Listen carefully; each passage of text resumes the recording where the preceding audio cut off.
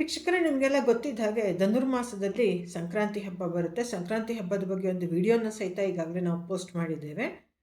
ಇಲ್ಲಿ ಒಂದು ನಾವು ತಿಳ್ಕೊಬೋದು, ಸಂಕ್ರಾಂತಿ ಧನುರ್ಮಾಸದಲ್ಲಿ ಬಂದರೂ ಮಾಘ ಮಾಸದಲ್ಲಿ ಬರುವಂತಹ ರಥಸಪ್ತಮಿ ಹಬ್ಬದವರೆಗೂ ಎಳ್ಳುವನ್ನು ಎಲ್ಲರಿಗೂ ಹಂಚ್ತಾರೆ. ಎಳ್ಳು ಬೆಲ್ಲದ ಮಿಶ್ರಣವನ್ನು ಎಲ್ಲರೂ ಹಂಚುತ್ತಾರೆ. ಆಮೇಲೆ ರಥಸಪ್ತಮಿ ಆದಮೇಲೆ ಕೊಟ್ಟು ಯಾರು ತಗೊಳ್ಳೋದು ಇಲ್ಲ, ಯಾರು ಕೊಡೋಕ್ಕೂ ಹೋಗಲ್ಲ. ಇಲ್ಲಿ ಇನ್ನೊಂದು ವಿಷಯ ನಾವು ತಿಳ್ಕೊಬೇಕು. ಏನಂದರೆ, ಸಂಕ್ರಾಂತಿ ಮರುದಿನ ಒಂದು ಬಟ್ಲಲ್ಲಿ ಎಳ್ಳನ್ನು ಹಾಕ್ಕೊಂಡು ಉದ್ದರಣೆಯಲ್ಲಿ ಎರಡೆರಡು ಉದ್ದರಣೆ ಎಳ್ಳನ್ನು ಅಕ್ಕಪಕ್ಕದ ಮನೆಯವ್ರಿಗೆ ಹಂಚುತ್ತಾರೆ. ಇದನ್ನು ಬೊಂಬೆ ಎಳ್ಳು ಬೀರೋದು ಅಂತ ಹೇಳ್ತಾರೆ. ಸೊ ನನ್ನ ಒಂದು ಈ ವಿಡಿಯೋ ಸ್ವಲ್ಪ ತಡವಾಗಿದ್ದರೂ ಸಹಿತ ರಥಸಪ್ತಮಿಯವರೆಗೂ ಮಾಡಬಹುದಾದಂತಹ ಕೆಲವು ಪೂಜೆ ಪುನಸ್ಕಾರಗಳನ್ನು ಹೇಳ್ತಾರೆ. ಇದರಲ್ಲಿ ಏನು ಅಂತಂದರೆ, ಸಂಕ್ರಮಣ ಕಾಲದಲ್ಲಿ ಶುರು ಮಾಡ್ಕೋಬಹುದು, ಇಲ್ಲ ಸಂಕ್ರಾಂತಿ ದಿನನೇ ಶುರು ಮಾಡ್ಕೋಬೋದು, ಅಲ್ಲಿಂದ ರಥಸಪ್ತಮಿಯವರೆಗೂ ಮಾಡ್ಬೋದು. ಒಂದು ಹೊಸ ಪಾತ್ರೆಗೆ, ಸ್ಟೀಲ್ ಪಾತ್ರೆಗೆ ಸುಣ್ಣದಲ್ಲಿ ಬರೆದ್ಬಿಟ್ಟು ಸುತ್ತಲೂ ಒಂದು ಲೈನನ್ನು ಅಕ್ಕಿ ಭತ್ತ ಎಳ್ಳನ್ನು ತುಂಬಿಬಿಟ್ಟು ಅದನ್ನು ಮುತ್ತೈದೆಯರಿಗೆ ಕೊಡೋದು. ಮುತ್ತೈದೆಯರಿಗೆ ಅರಿಶಿನ ಕುಂಕುಮ ಕೊಟ್ಟು ಯಥಾಶಕ್ತಿ ದಕ್ಷಿಣೆ ಕೊಟ್ಟು ಒಂದು ಬ್ಲೌಸ್ ಪೀಸ್ ಇಟ್ಟು ಮಂಗಳ ದ್ರವ್ಯಗಳನ್ನು ಇಟ್ಟು ಬಳೆ, ಅರಿಶಿನ ಕುಂಕುಮ ಅಥವಾ ಇನ್ನೇನಿರುತ್ತೆ ಕಪ್ಪು, ಈ ಥರದ್ದೇನಾದರೂ ಮಂಗಳ ದ್ರವ್ಯಗಳನ್ನು ಇಟ್ಟು ಹೂವು, ಬಾಚಣಿಗೆ, ಕನ್ನಡಿ ಏನು ಬೇಕಾದ್ರೂ ಕೊಡ್ಬೋದು ಮಂಗಳ ದ್ರವ್ಯಗಳು ಅಂದರೆ ಇಟ್ಬಿಟ್ಟು ಯಥಾಶಕ್ತಿ ದಕ್ಷಿಣೆ ಜೊತೆ ಈ ಹೊಸ ಪಾತ್ರೆ ಅಕ್ಕಿ ಭತ್ತ ಎಳ್ಳು ತುಂಬಿರುವಂತಹ ಪಾತ್ರೆಯನ್ನು ಕೊಡೋದು. ಇನ್ನೊಂದು ಒಂದು ಹೊಸ ಪಾತ್ರೆಗೆ ಸುಣ್ಣದಲ್ಲಿ ಒಂದು ಲೈನ್ ಸುತ್ತ, ಕಂಠದ ಸುತ್ತ ಅಂದರೆ ಹೊಟ್ಟೆಯ ಉಬ್ಬಿರೋ ಭಾಗದ ಸುತ್ತ ಬರೆದ್ಬಿಟ್ಟು ಏನು ಮಾಡಬೇಕು, ಅದರಲ್ಲಿ ಮೊಸರನ್ನ ಹಾಕಬೇಕು. ಮೊಸರನ್ನ ಹಾಕಿ ಕಡಿಬೇಕು ಕಡಗೋಲಲ್ಲಿ. ಹೊಸ ಕಡಗೋಲು ತಗೊಂಡು ಕಡಿದ್ಬಿಟ್ಟು ಆ ಬೆಣ್ಣೆಯನ್ನು ತೆಗೆದು ಅದರೊಳಗಡೆ ಬೆಳ್ಳಿ ಕೃಷ್ಣನ ಇಟ್ಬಿಟ್ಟು ಇದನ್ನು ಕೊಡ್ತಾರೆ. ಅಂದರೆ ಆ ಬೆಳ್ಳಿ ಕೃಷ್ಣ ಇಟ್ಟಿರೋದು ಯಾರಿಗೂ ಹೇಳಬಾರ್ದನ್ನು ಒಬ್ಬ ಮುತ್ತೈದೆಯನ್ನು ಕರೆದು ಅರಿಶಿನ ಕುಂಕುಮದ ಸಮೇತ ಹೊಸ ಪಾತ್ರೆ, ಅದರಲ್ಲಿರೋ ಮಜ್ಜಿಗೆ, ಕಡಗೋಲು ಮತ್ತು ಬೆಣ್ಣೆಯಲ್ಲಿಟ್ಟಿರುವಂತಹ ಬೆಳ್ಳಿ ಕೃಷ್ಣನ ಸಮೇತ ಕೊಡ್ತಾರೆ. ಇದನ್ನು ಗುಪ್ತದಾನ ಅಂತ ಹೇಳ್ತಾರೆ. ಇದನ್ನು ಸಹಿತ ಮುತ್ತೈದೆಯರಿಗೆ ಕೊಡ್ಬೋದು. ಅದನ್ನು ನೆನಪಿಡಿ, ಯಾವುದೇ ಮುತ್ತೈದರಿಗೆ ಏನೇ ದಾನ ಏನೇ ಕೊಟ್ಟರು ನೀವು ಅರಿಶಿನ ಕುಂಕುಮ, ವೀಳ್ಯದೆಲೆ, ಅಡಿಕೆ, ಯಥಾಶಕ್ತಿ ದಕ್ಷಿಣೆಯನ್ನು ಇಡಲೇಬೇಕು. ಫಲವನ್ನೂ ಇಡಬೇಕು. ಯಾವುದಾದ್ರೂ ಒಂದು ಡ್ರೈ ಫ್ರೂಟ್ಸ್ ಆಗಲಿ, ಬಾಳೆಹಣ್ಣು ಯಾವುದಾದ್ರೂ ಸರಿ, ಬ್ಲೌಸ್ ಪೀಸು, ಬಳೆ ಇದನ್ನೆಲ್ಲ ನೀವು ಇದ್ದರೆ ಕೊಡಿ, ಯಥಾಶಕ್ತಿ ನೀವು ಕೊಡಿ. ಆದರೆ ಅರಿಶಿನ ಕುಂಕುಮ, ವೀಳ್ಯದೆಲೆ, ಅಡಿಕೆ ಹಾಗೂ ಯಾವುದೋ ಒಂದು ಹಣ್ಣು ಮತ್ತು ಯಥಾಶಕ್ತಿ ದಕ್ಷಿಣೆಯನ್ನು ಖಂಡಿತ ನೀವು ಮರಿದಲೇ ಇಡಬಾರ್ದು. ಬ್ಲೌಸ್ ಪೀಸು, ಬಳೆನೂ ನೀವು ಮರಿಬಾರ್ದು, ಆದರೆ ಸಮಯ ಸಂದರ್ಭ ನೋಡಿಕೊಂಡು ನೀವು ಕೊಡಿ.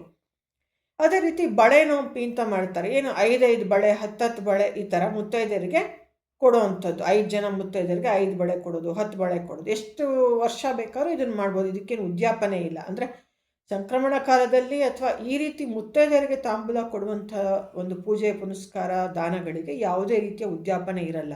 ನೀವು ಯಥಾಶಕ್ತಿ ಬದುಕಿರೋಷ್ಟು ದಿನ, ಇಲ್ಲ ನಿಮ್ಗೆ ಇಷ್ಟ ಇರೋಷ್ಟು ದಿನ ಮಾಡ್ಬೋದು. ಹಾಗೆಯೇ ಒಂದು ಡಬ್ರಿಗೆ, ಒಂದು ಸ್ಟೀಲ್ ಡಬ್ರಿ ಹೊಸದಕ್ಕೆ ಸುಣ್ಣ ಹಚ್ಬಿಟ್ಟು ಅಕ್ಕಿ ತುಂಬಿ ಪೂಜೆ ಮಾಡಿ ಏನು ಮಾಡಬೇಕು, ಆ ದಾನವನ್ನು ಮುತ್ತೈದೆಯರಿಗೆ ಕೊಡೋದು. ಅದು ಇಲ್ಲ ಅಂದರೆ ಹೊಸ ಪಾತ್ರೆಗೆ ಸುಣ್ಣ ಹಚ್ಚಿ ಸಂಕ್ರಾಂತಿ ಹಬ್ಬದಿಂದ ರಥಸಪ್ತಮಿವರೆಗೂ ಒಂದು ಹಿಡಿ ಅಕ್ಕಿ ಹಾಕ್ತಾ ಬರೋದು. ಆಮೇಲೆ ಆ ಪಾತ್ರೆಯನ್ನು ಅಕ್ಕಿ ಸಮೇತ ಕೊಡೋದು. ಸ್ವಲ್ಪ ಅಕ್ಕಿ ಇಟ್ಕೋಬೋದು, ಇಲ್ಲ ಮುತ್ತೈದೆಗೆ ಕೊಟ್ಟು ಅವ್ರಿಗೆ ನಮಸ್ಕಾರ ಮಾಡಿ ಅವರಿಂದ ನೀವು ಅಕ್ಕಿ ಹಾಕಿ ಕೊಟ್ಟಂತಹ ಪಾತ್ರೆಯಿಂದ ಸ್ವಲ್ಪ ಅಕ್ಕಿಯನ್ನು ತೆಗೆದುಕೊಡ್ಬೋದು. ಇದಕ್ಕೆ ಅಕ್ಷಯ ಪಾತ್ರೆ ಅಂತ ಹೇಳ್ತಾರೆ.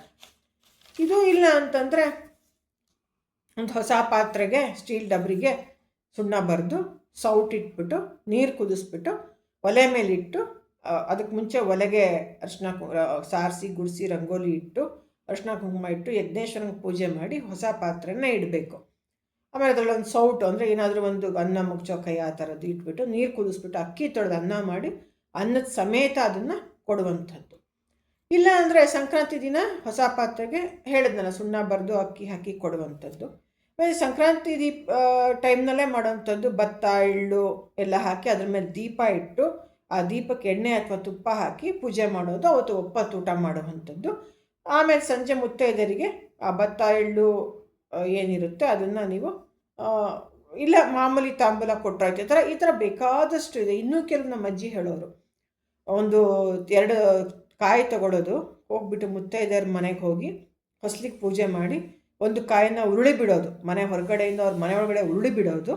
ಆಮೇಲೆ ಮನೆ ಒಳಗೆ ಹೋಗಿ ಅವ್ರಿಗೆ ಇನ್ನೊಂದು ಕಾಯಿಯನ್ನು, ತೆಂಗಿನಕಾಯಿಯನ್ನು ತಾಂಬೂಲ, ವೀಳ್ಯದೆಲೆ, ಅಡಿಕೆ, ಬಾಳೆಹಣ್ಣು, ಯಥಾಶಕ್ತಿ ದಕ್ಷಿಣೆ, ಬ್ಲೌಸ್ ಪೀಸು, ಅರಿಶಿನ ಕುಂಕುಮದ ಜೊತೆಲಿ ತಾಂಬೂಲವನ್ನು ಕೊಡೋದು.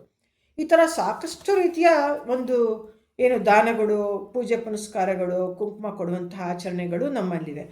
ಜೊತೆಗೆ ನಾನು ಹಿಂದಿನ ವಿಡಿಯೋದಲ್ಲಿ ಮರ್ತಿದ್ದೆ, ನಮ್ಮಲ್ಲೆಲ್ಲ ಹೇಗೆ ಅಂದರೆ ಗಂಡು ಮಗು ಹುಟ್ಟಿದ್ರೆ ಎಲ್ಲರಿಗೂ ಬೆಳ್ಳಿ ಕೃಷ್ಣವನ್ನು ಸಂಕ್ರಾಂತಿನಲ್ಲಿ ಎಳ್ಬಿರ್ತಾರೆ ಬೇಕಿರೋರ ಮನೆಗೆ. ಹೆಣ್ಮಗು ಹುಟ್ಟಿದ್ರೆ ಬೆಳ್ಳಿ ಬಟ್ಟಲನ್ನ ಎಲ್ಲರ ಮನೆಗೂ ಬೀರ್ತಾರೆ. ಇಲ್ಲ ಅಂದರೆ ಮಾಮೂಲಿ ಮದುವೆ ಆದವರು ಹೊಸ ವರ್ಷ ಏನಾದರೂ ಒಂದು ಹೊಸ ಸ್ಟೀಲ್ ಡಬ್ಬಿನೋ ಬಟ್ಲೋ ಬೀರಿದ್ರೆ ಮಾಮೂಲಿ ಮಗು ಹುಟ್ಟಿದ್ರೆ ಅವ್ರಿಗೆ ಇಂಟ್ರೆಸ್ಟ್ ಇದ್ದರೆ ಬೆಳ್ಳಿದು ಕೊಡ್ಬೋದು, ಇಲ್ಲ ಒಂದು ಮಾಮೂಲಿ ಸ್ಟೀಲ್ ಬಟ್ಲುಗಳನ್ನು ಎಲ್ಲರಿಗೂ ಕೊಡುವಂತಹ ಸಂಪ್ರದಾಯ ಇದೆ. ಈ ರೀತಿ ಸಾಕಷ್ಟು ರೀತಿಯ ಒಂದು ಹಬ್ಬಗಳು ಹಿಂದೂ ಧರ್ಮದಲ್ಲಿ ಬರುತ್ತೆ. ಇದೆಲ್ಲ ಮತ್ತೇನೂ ಅಲ್ಲ, ನಾವು ನಮ್ಮಲ್ಲಿ ಆ ಹೊಸ ಬೆಳೆ ಬರುವಂಥದ್ದನ್ನ 4 ಜನಕ್ಕೆ ಹಂಚಿ ತಿನ್ನುವಂಥದ್ದಷ್ಟೇ. ಅಷ್ಟೇ ಇಲ್ಲಿ ಇರೋ ಕಾನ್ಸೆಪ್ಟ್ ನಮ್ಮ ಹಿಂದೂ ಧರ್ಮದಲ್ಲಿ. ಮತ್ತು ಆಯಾ ಋತುಗಳಲ್ಲಿ ಸಿಗುವಂಥದ್ದನ್ನು ನಾವು ಉಪಯೋಗಿಸ್ಬೇಕು, ಬೇರೆಯವ್ರಿಗೂ ಉಪಯೋಗಿಸೋದಕ್ಕೆ ಕೊಡಬೇಕು ಅನ್ನೋದು ಇಲ್ಲಿ ಕಾನ್ಸೆಪ್ಟ್.